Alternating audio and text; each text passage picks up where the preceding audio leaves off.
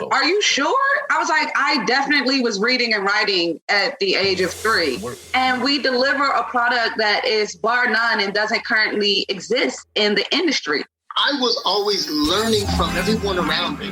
This is Blair Durham with Black Wall Street Today, your media hub for all things Black entrepreneurship, politics, news, and events in Hampton Roads and beyond. Wouldn't you like to be a guest on Black Wall Street Today with Blair Durham? Well, the link is in the show notes. And now, here's your host, Blair Durham. Greetings.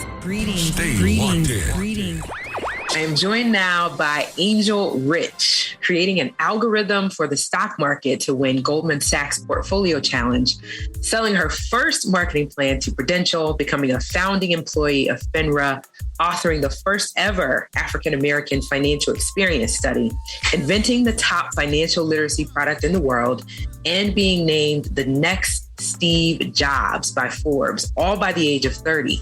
Angel Rich has earned the title Wealth Pioneer. In 2009, Rich became a global market research analyst for Prudential Financial. While there, she conducted over 70 financial behavior studies, including the Obama's Veterans Initiative. During her final year at Prudential, she helped the company's annuities division grow from number 16 in service to number 4, helping the company save $6 billion.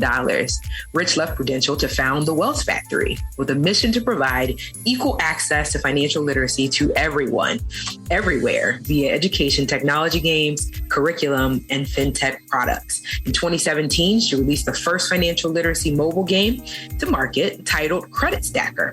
Credit Stacker exceeded 200,000 downloads in 60 countries within 2 weeks.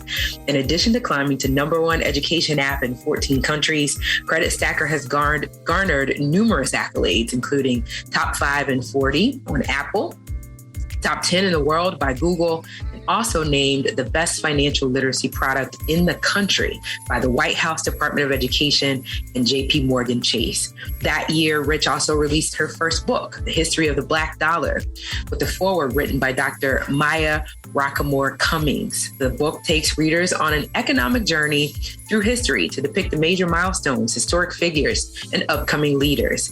She was awarded Hamptonian of the Year, HBCU 30 Under 30, Hampton 40 Under 40, and Google Top 30 Black Female Founders. In 2018, the United Nations named her one of the top 100 most influential people in the African diaspora and one of 5 icons. In 2019, she released her second book, Black Woman Politics, and was honored as a historic figure at the Sandy Springs Slave Museum. She's most proud to be vice chair of the Financial Literacy Council after appointment from the mayor of DC, designing the financial literacy recommendations for the city. In 2020, Rich graduated from the NASDAQ Entrepreneurship Center, Hillvet's LEAD program, and 1871's first accelerator for women in Fintech. She also co-created the MIT Hacking Racism Challenge, or hashtag Black Tech Matters, in partnership with MIT, producing the largest Black hackathon in the country with over 1,500 participants and 100 partners, including 20 HBCUs.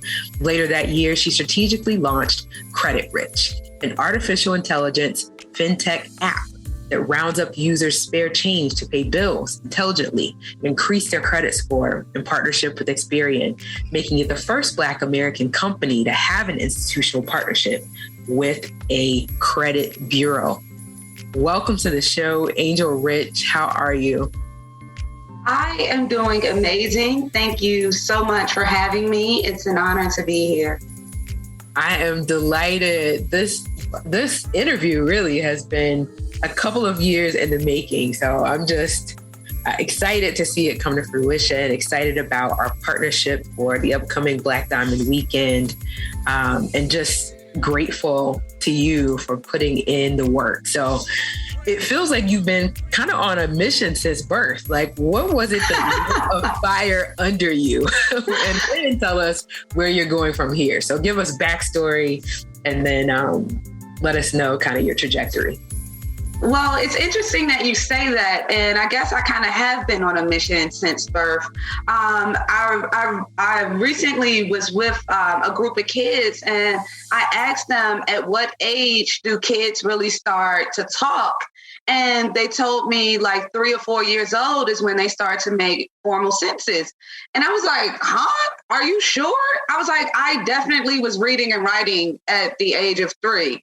And they were like, what? And I was like, I know that for certain. When I started kindergarten, I already knew how to read and write. And when I got to the 1st grade, they put me on a 5th grade reading level. So I didn't even realize how advanced I might have been until like within the last month when I was at this kid's party. So that made me think like, wow, I really have been kind of, on a different sort of level since I was born. One of my earliest memories is crawling around the house to go to the different trash cans at night to see what everyone threw away, to see what useful products I can invent out of it. And so one of my ones that I remember a lot, I would take like tissue boxes and the toilet paper rolls, and I would make cars for my Barbie dolls. So I know that I've always wanted to be an inventor. As far back as I can remember, I knew who Leonardo da Vinci was from reading childhood books. And then when I was 6 years old, I received a vision from God about my life, to the fact that it was going to be something regarding helping people with financial literacy. Of course, I didn't know what financial literacy was exactly at the time, but my whole family sold life insurance. So I understood the financial strifes that people were going through, having traveled around the country and being in people's homes and offices with my parents. It gave me a deep passion for wanting to help people to understand how to manage their money better.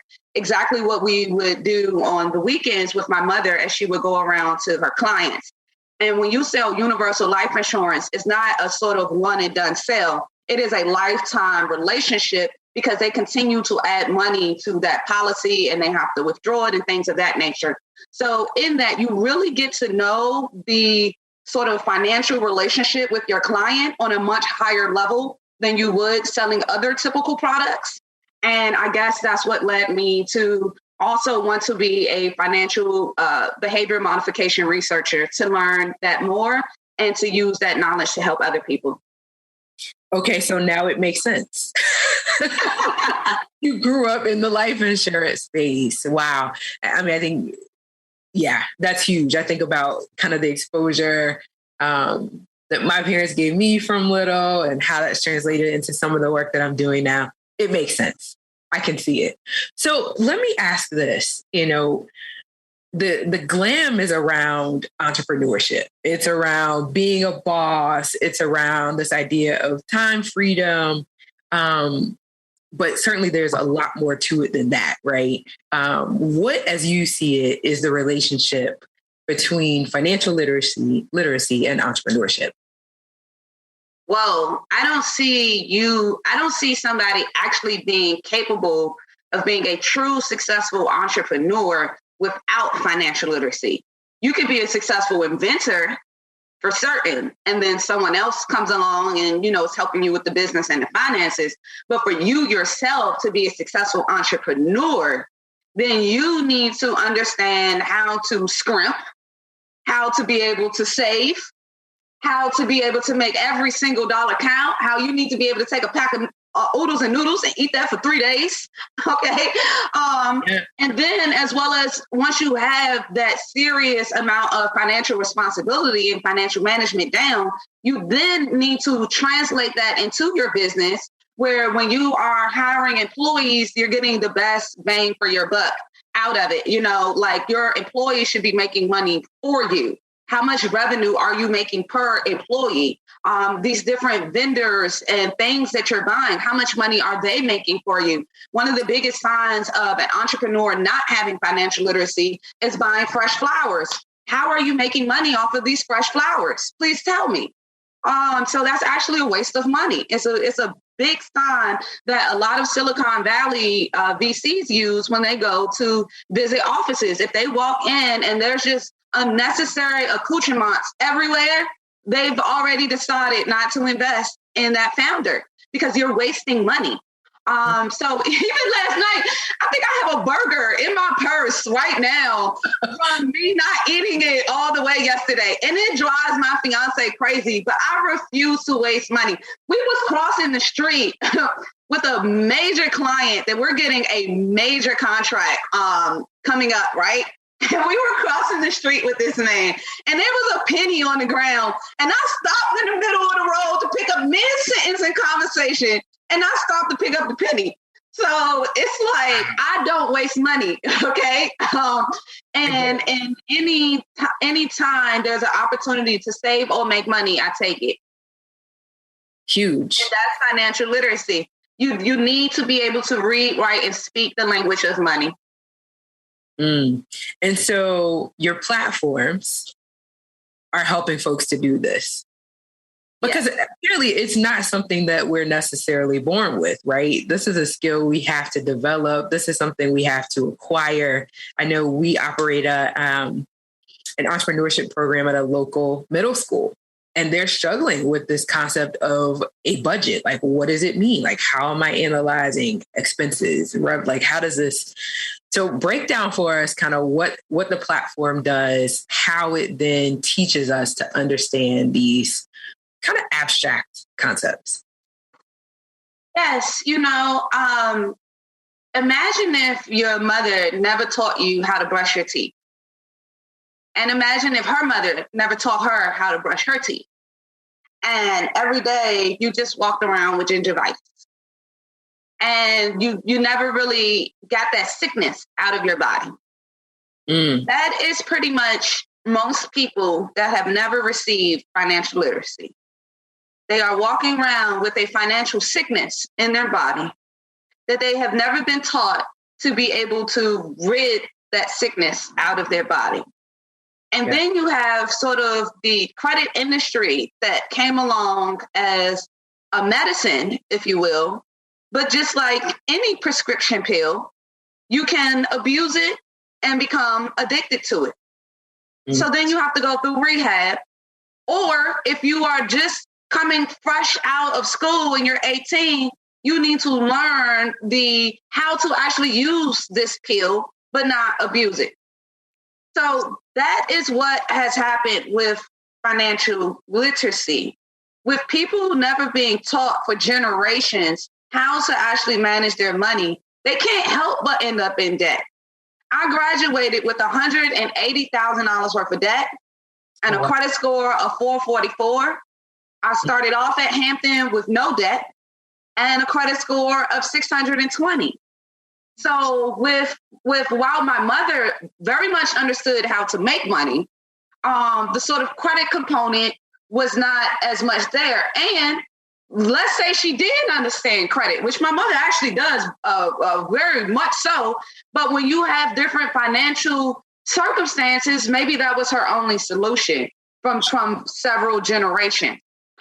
But when you find yourself in this circumstance and you have no clue how to get out of it, when you're 22 years old, $180,000 in debt with a 444 credit score, and your accounts are saying it's going to take you until age 55 until you can pay off this debt to even begin to think about buying a house, you have no choice but to reverse engineer the Fair Isaac credit reporting system. And so that is what I did. And I was fortunate to be able to figure out the different factors that went into the credit system, such as simply paying your bills on time. 35% of your score is paying your bills on time. And that's why we created CreditRich. CreditRich rounds up users' spare change to pay your bills intelligently and optimize your credit score as fast as possible. We are extremely excited to be directly in partnership with Experian as well as FICO. And we deliver a product that is bar none and doesn't currently exist in the industry.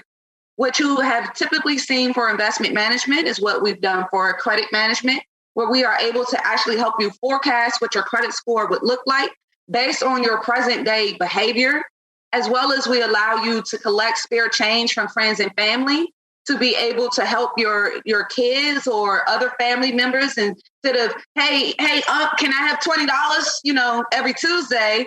Instead, can just attach his spare change to his nephew's bank account and help him out in college that way. And we also have some interesting developments around some cards. I can't talk too much about that right now, but that's really exciting and on the way.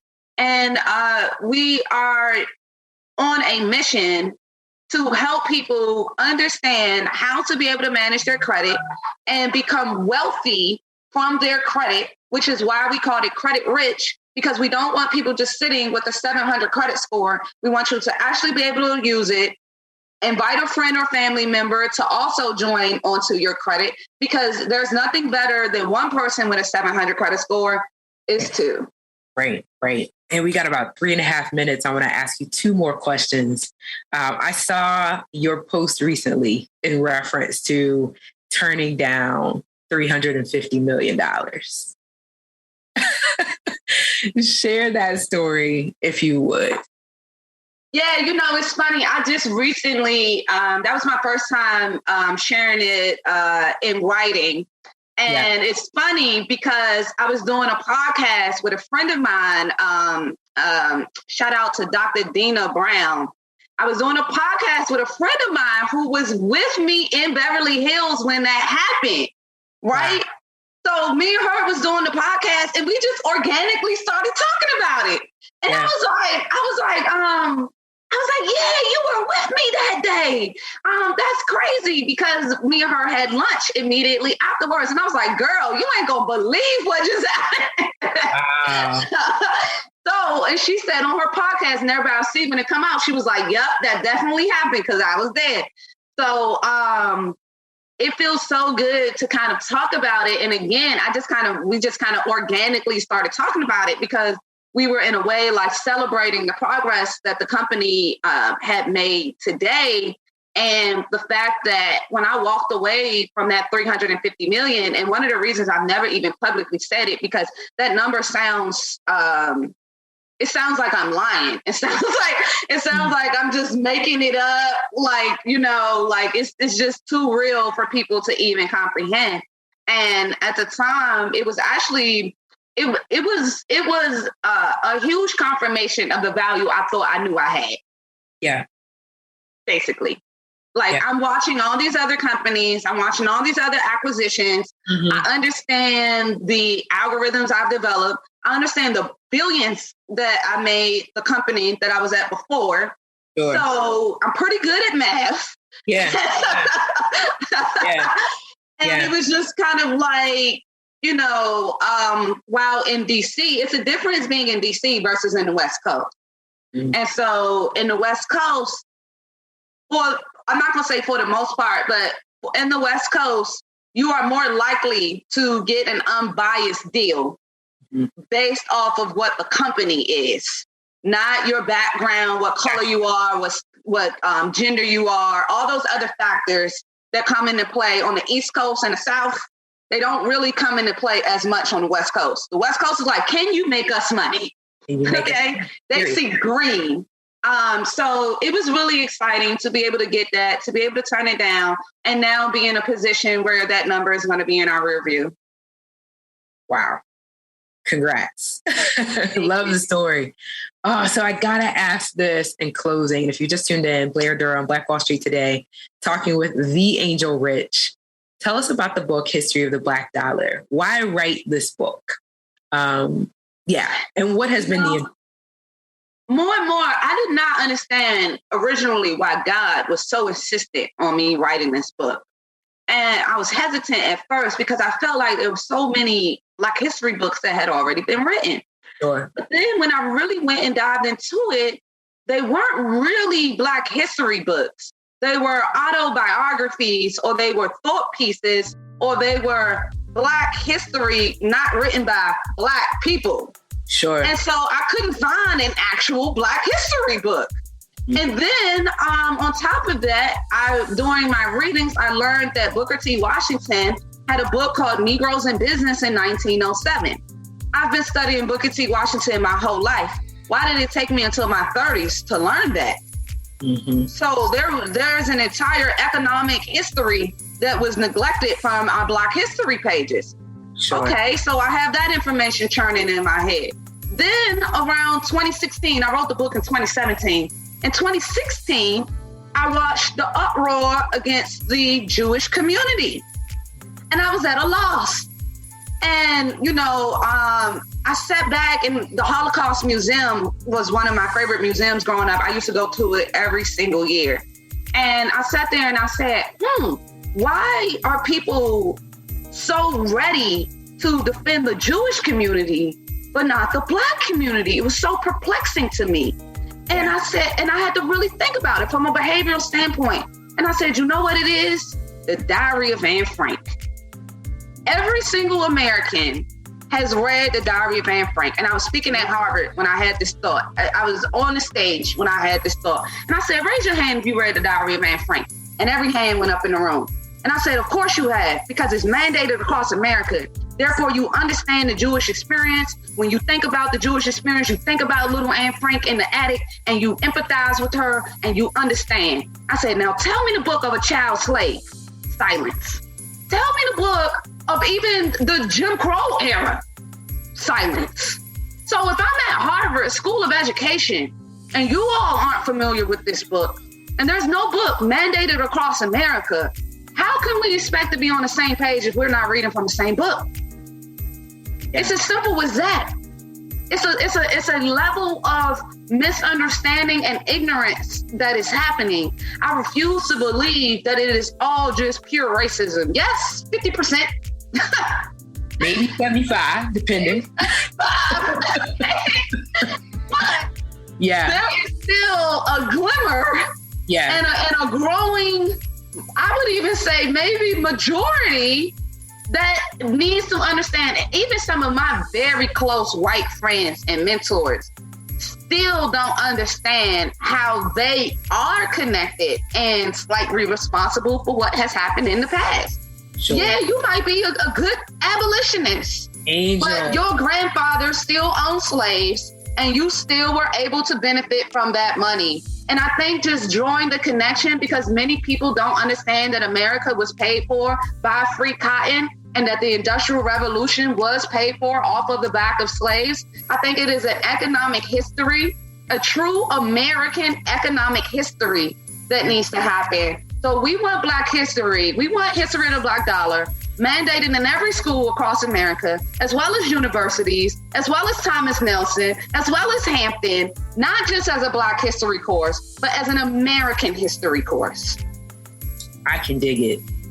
Angel, okay, so if you want more, because I want more, we have gone way over our time. You will have to join us during Black Diamond Weekend. Angel Rich is the keynote speaker for our 6th annual Black Diamond Affair. We're in for a treat. All attendees are receiving a copy of her book, History of the Black Dollar. So if you're there in person, you have the book in your swag bag. We're excited. We got to cut this short. We'll talk to you soon, Angel. Thanks so much for being here. Absolutely. Thank you, Blair. It's a pleasure as always. Hey, this is Seiko, DJ Seiko Varner, the producer of this podcast. So when I'm not producing podcasts, I'm actually DJing wedding receptions, corporate events, proms, other formals, and I would love to take care of your special event. So our company is Positive Vibes Incorporated, www.positivevibes.net. That's www.positivevibes.net. We've been performing for over 25 years, and we would love to bring our expertise and our fun to your special event. Positive Vibes Incorporated, www.positivevibes.net. Peace and prosperity. Welcome back to Black Wall Street Today on Smooth 88.1 WHOV. Joining me now is famed actor Darryl M. Bell. He is both an actor and a producer with a long line of credits. Darryl started out following in his father's footsteps in the world of business after a chance encounter with After a chance encounter with producer-director Spike Lee, Bell applied his business strategy into getting an audition and landing a major role in Lee's next movie, School Daze. Darryl changed courses and began a career in the world of acting and producing. Following his breakthrough role in Lee's School Daze, Belden gained further notoriety as Ron Johnson in the award-winning show A Different World. What? Seasons, Bell and his fellow castmates depicted life as college students at a fictitious, historically Black college, applying comedy as a means to educate audiences on society's controversial current events. From discrimination to AIDS, apartheid, and war, A Different World made an impact on television that broke boundaries and pushed the envelope, setting a new standard for television as we know it. Bell most recently can be seen in a recurring role on the award-winning HBO series Insecure. Welcome, Mr. Bell. How are you? I'm very well, and yourself, Blair? I am very well, too. Okay, she's smiling. Why are you so happy today? I am just happy. It might as well be my lucky day. Okay. I have no idea what an influence the show has been, and you personally have been, just on all things. So I'm just grateful for the opportunity to speak with you, and looking forward to some time together this weekend. But let's jump into these questions. Sure. So the show Black Wall Street Today is obviously pertinent to all things business for our community. And I don't think that most people really necessarily equate a career in acting with entrepreneurship. And certainly not necessarily when they're thinking about young actors, right? I want to hear more about this journey. I know you had the influence of your father, but what did it mean to you kind of growing up in show business, but especially the business piece? Okay, well, I'll break that into the two parts. So first, the idea that most people wouldn't think about entrepreneurship and actors is something that I think everyone should try to think about the world and individuals differently. Your vocation doesn't define your interests or your education. So whatever one chooses to do to earn a living doesn't mean that you are singularly limited to that area of field of interest. Beyond that, I would say there are a few career paths like an actor where you are an independent contractor. That is what you are. If you don't get a job, you don't work. So, and many actors have to support themselves, particularly in the beginning, with all kinds of odd jobs. Harrison Ford was a carpenter. How many actors wait tables and do other things? That's the only other place an actor will temporarily work in order to support themselves while their career is in the process of taking off. But once you become a working actor, you are your own company. You are obligated to do all of the things that every entrepreneur is obligated to do. You are your own brand. You are required to take care of your own marketing, your own bookkeeping, everything else. There's a difference that, if somebody goes to your restaurant and they don't like your food, they say your food sucks. Or if you buy a necklace, somebody say your jewelry sucks. But, if you're an actor, they're like, you suck. So when you are the brand, there's a difference in terms of how consumers respond to what you do. But from the actor's side, there's a definite connection. So thinking about that in the second part of your question, how did my growing up with father who was a maverick and a pioneer, particularly in business and finance, and particularly municipal finance, there was always an understanding that there was merit to being independent.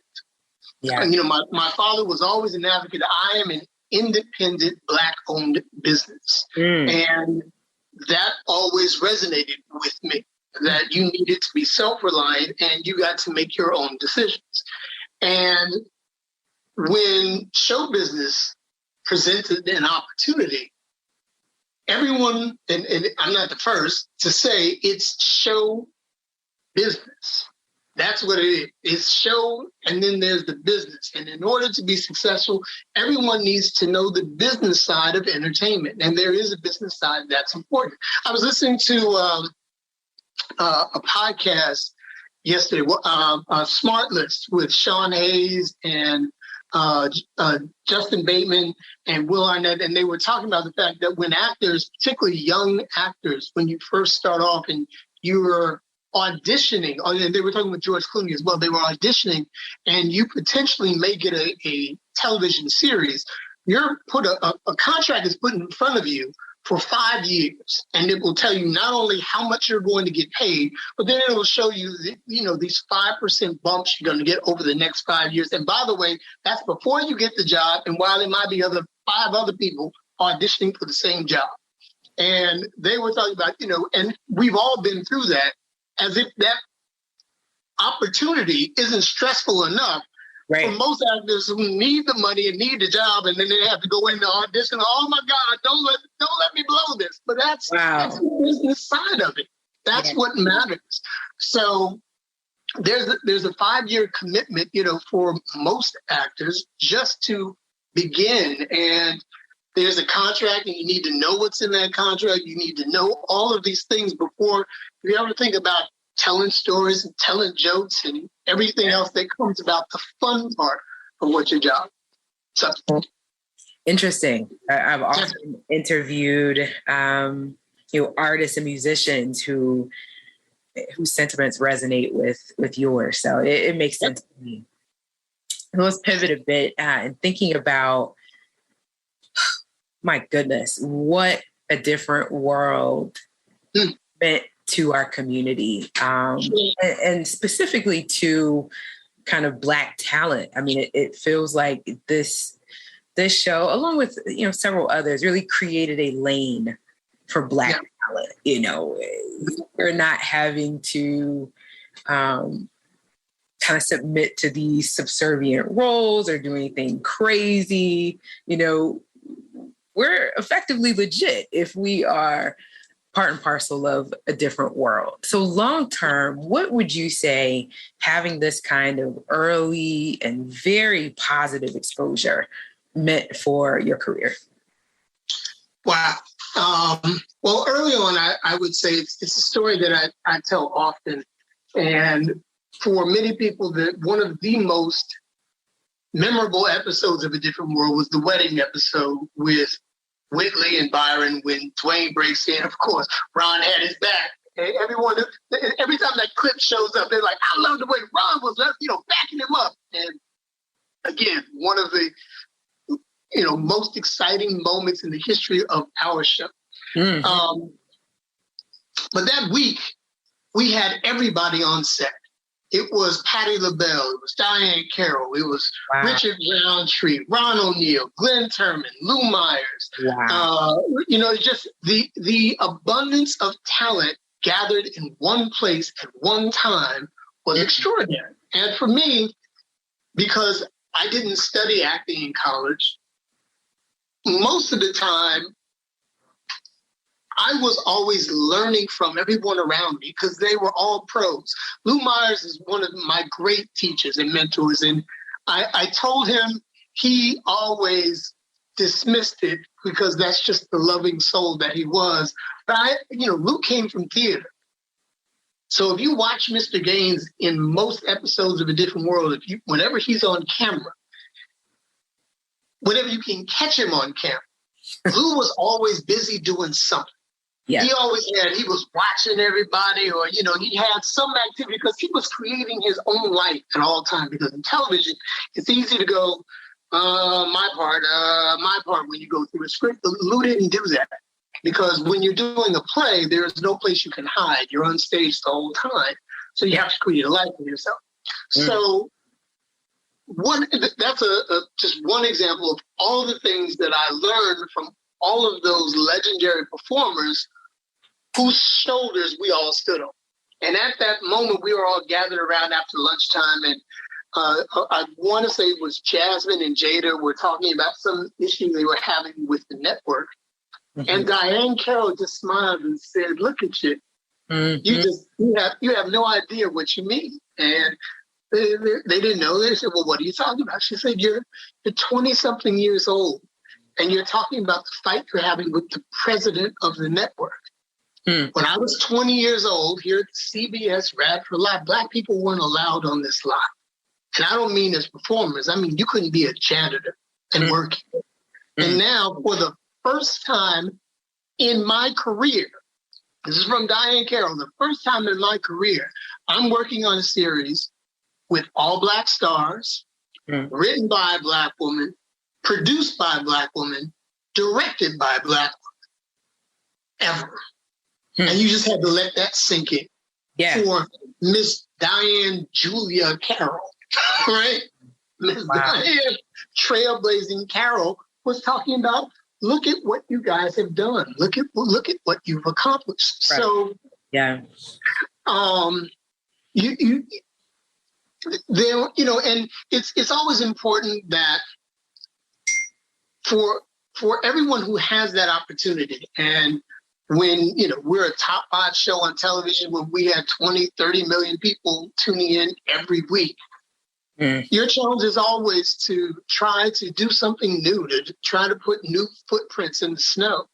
But, and we certainly did that, and I could talk a lot about that, but I also think it's important to say, one of my great pleasures in life was at an NBC function where I got to meet Michelle Nichols. And, when you meet folks who trailblazed before you, again, those with whom you stand on their shoulders. Before A Different World, there were the Jeffersons, there were Good Times, there were other shows that, Sanford and Son, the shows that whether or not they are looked at in the same regard in terms of their depiction of families of color, they were emblematic of their times, and they were important because, again, these were opportunities that mostly Black folks didn't have. Right. And so, let me ask you a related question. Speaking of opportunity, right? And this is this could be a contentious question, but I have to ask it. Certainly opportunity, as it were, has expanded, and some would say that the proliferation of social media, even reality TV, means that there's a bigger space for us. Would you say there's been a positive impact on our community by virtue of these spaces that have been created? What's great is you ask questions that I always have to break into 2 parts. So look at it this way. Do it by job. Yeah, right. You want to ask a good question. So social media in general, one could say, is the death of society. You could say that just across the board, like social media is killing all of us. There are certainly benefits to social media and people who use it to stay in touch with one another. And there are all kinds of things you can do positively with social media. But, it's a really popular subject now about the ills of social media and how it is negatively impacting our children, how it can become a colossal time suck and all these things. Okay. Yes. So that's true for everybody, and as well as for Black folks. Now, and let's just also use as common denominator, anything that negatively impacts society generally disproportionately impacts our community. Agreed. So that being said, what social media has done, what the internet has done, the greatest barrier to getting into entertainment used to be distribution. Your ability to find a movie studio to distribute your film or a television network to buy and air your show. Now distribution is free. YouTube, Vimeo, Instagram, you can put up your content anywhere. And in that sense, it has democratized everyone's voice and ability. So now your challenge isn't distribution. Now your challenge for everybody is how to capture audience. So you can put up a video and it's available to the world. If you only got 3 views, now you see what your challenge is. How do you get millions of people to watch? And that sometimes is about the quality of the content. Other times it's about time. It's about timing and a variety of other things. So for sure, the internet and social platforms have allowed our community to express a variety of different voices. And that's certainly positive. You know, if one wants to be, this is as close as I have to be political. If we want to talk about free speech, the more speech, the more better, right? Sure. And so the opportunity for Black folks to create content that can be seen matters, because at the moment and in history, there's still not someone Black who runs a studio or runs a network, full stop. Yeah. Now we could argue about BET, TV One, and some other networks, but one could then argue, but they aren't Black owned anymore. That's another complicated subject. We don't have to go down the rabbit hole. Yeah. But for purposes of what your question was, on one hand, it's great. We've seen voices like Ava DuVernay, who has come out and doing great things, and Lena Waithe doing great things. A lot of young filmmakers and people who are giving great diversity to the landscape of storytelling. Sure. On the flip side, what YouTube and other social media platforms have done, they have eliminated the discipline to become a master craftsman at anything. So you can now make something, and you don't have to be good at it, but you can put it up, and it can gain audience irrespective of whether or not it's positive or negative. And unfortunately, in our community, we've made ignorance profitable. There are all kinds of ignorant content out there that, let's just call it ratchet, and there's a market for it. That's what Darryl said it, not me. That's just a fact. There is a market for ratchet content, and there are those who want to create ratchet content. And all of us have gotten from a friend or somebody, Instagram pops up, or you get a text of, look at this, and it's something ratchet that everybody thinks is funny or whatever, and you just go, oh Lord, why are we doing to ourselves today, right? And what's so frustrating is, in the same time that I say the great opportunity for free speech matters, and I support that always, it is difficult when you look at a lot of the content that's produced by, and I'm going to be specific, not to say folks of color, but Black folks. Content created by Black folks. If a white person had made that, we would be trying to cancel them today. So that's what's disappointing. That, if you believe in the notion that, we have, or, an ability as a community to be our own worst enemy, there's an argument to be made there. At the same time, there are more than enough examples of extraordinary filmmakers and writers who are doing phenomenal work.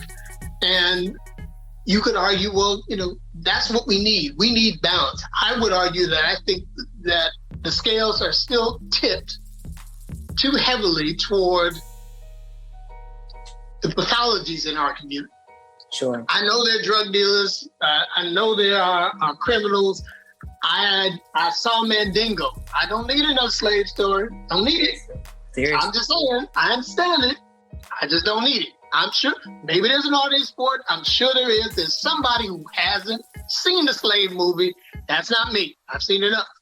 Yeah. And I tend to lean more towards, again, I mentioned Nichelle Nichols, and part of what it's a joke that has been, folks have told for decades, but that was the first time that anyone had seen Black folks in the future. The idea that we would exist in the future. We would still be around, right?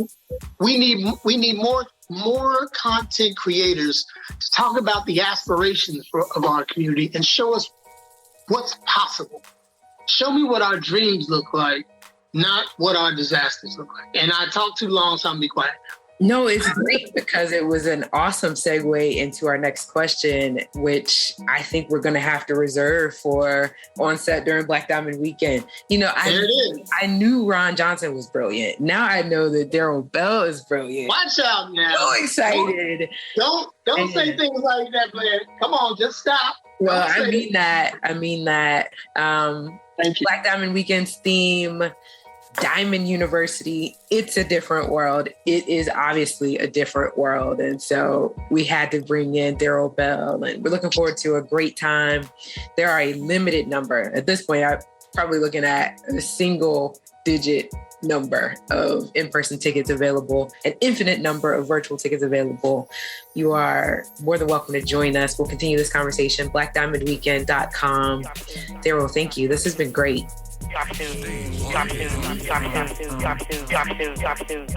This show was brought to you by the consulting services of Positive Vibes Incorporated. We do credit fixes, we do debt restructuring, and we put money in the pockets of real estate investors. So give us a call. We can fix your credit. We can restructure your debt. And if you're a real estate investor, I would love to put thousands of dollars into your pockets. 757-932-0177. That's 757-932-0177. Phenomenal. Stay with us online at Black Wall Street Today on Facebook and Black Wall Street Today on Instagram, and then follow us on Twitter as well at BWS Today. We look forward to talking again next week. Have a wonderful week. I have said, and I will continue to say, that the most important priority for the Black community is the Black community, not a particular political party. Phenomenal. Hey, yo, when I say black, you say Wall Street. Black Wall Street. When I say black, you say